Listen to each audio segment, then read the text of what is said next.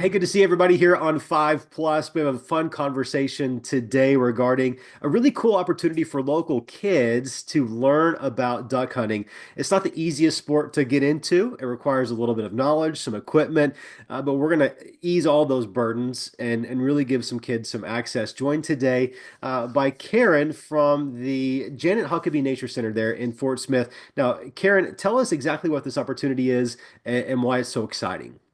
You bet. Yeah. So what we have is we actually have a youth duck hunt opportunity where our staff, game and fish staff and game wardens will help mentor kids between 7 to 15, ages 7 to 15, on basically their first duck hunt.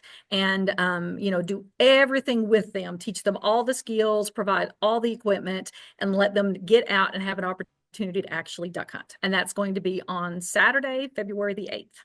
Okay, so Saturday, February the 8th, you've got the gear, you've got the knowledge with your staff and game wardens. What do we need to bring to the table if we have a kid that's interested? Yeah, so basically what they need to do is they need to apply. They can apply from our website, our Facebook page, or register-ed. It's super easy to find. And so we sort through the applications because we usually have more kids than what we can take because it's a one-on-one experience. But they apply, and then we contact them and we work out kind of the details. But like I said, we will provide everything. They just need to dress a little warm for the day. So that, like providing the stuff, that's like the kids, and adults. If a parent can go with the kid, they just can't shoot. And so we're going to actually take them on a range day the day before and teach the kids, make sure they know the safe shotgun handling and how to aim, which is technically not aiming when you're shooting a shotgun, but point and pull the trigger, all that kind of stuff with the kids. And then that way that the next day when we go out actually on the hunt on Saturday, we take them out. We're going to set up decoys with them, show them how we do that in a moist soil unit. So that's basically a game and fish managed area for folks who aren't familiar. That's like these, I call them mini levees. It's not like the Arkansas River levee. It's just a levee that we kind of walk along, and there's these units of water and wetland plants that we plant. As well as natural grasses and seeds and stuff for the ducks. And so we'll set out decoys there, show the kids how we do it, because there's actually a science behind that too. Get the camo set up, kind of hide behind it, call in the ducks, and hopefully get some shots off for the kids. And then if we do harvest some, we'll show them how to clean them, and that way they can take them home, and hopefully their parents can help them cook what they harvested. This is the full experience from the preparation the night before, learning how to use the gun, to actually getting up early in the morning before the sun rises, set out the decoys, eat some little debbies in the duck blind, and then hopefully harvest something. That's really cool. Now, this is at Frog Bayou there outside of Alameda, really easy access. There might be a parent out there that says, "Man, my kid might be interested, but I'm just not sure I'm comfortable yet." Frog Bayou is a really safe place. It's not like you're getting even in a boat. This is all walk-in, and water's pretty shallow, right? Exactly. That's it. I mean, the thing is, the kids technically don't even have to get in the water if they don't want to. We like them to walk out with us. I mean, like muck boots is enough to where we're going. I mean, it's, at most maybe 12 inches deep. And that's it. I mean, and so we're going to be literally on either a levee or in super shallow water. We are with them the whole time. A staff mentor is the parent, like I said, one parent can even go out with us. We don't need whole family because of space and all. But if a parent wants to join us the day of and sit with the kid in the blind to take pictures, they're welcome to, if it reassures them. And if they would rather stay back and not freeze, let us have that experience, then we take the kid out, ourselves. And that goal is, to spark that interest in that kid.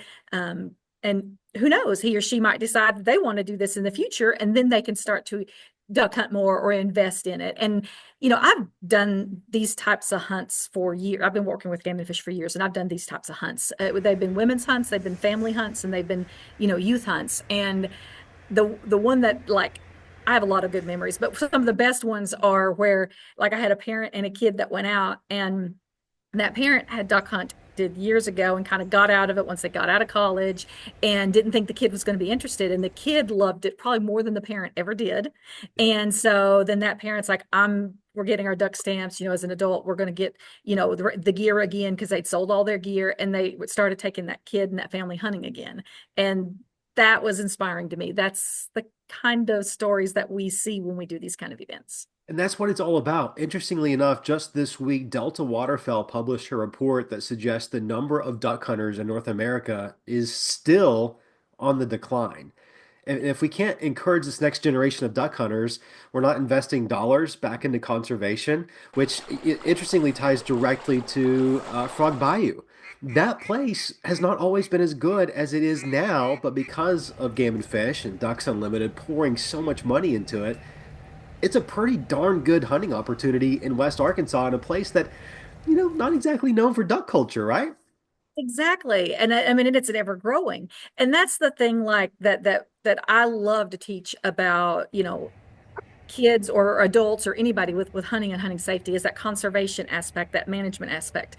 That if we didn't do these things that we do with game and fish, or even the public as hunters do, to manage populations, then they wouldn't even be healthy populations for one, and it loses that culture for the next generation. So it's multifaceted, and that's part of this conservation ethic that we try to instill, and part of what we teach when we're hanging out with those kids. And the cool thing about duck hunting is it's a little more social than other forms of hunting. Like, you think you growing up, in a deer blind with your dad or your grandpa or your brothers or whatever, and you can't move a muscle, you can't sneeze, you can't cough. Duck hunting isn't necessarily that way. Like it's very social because you can hang out and chit chat a little bit and have your snacks and all that.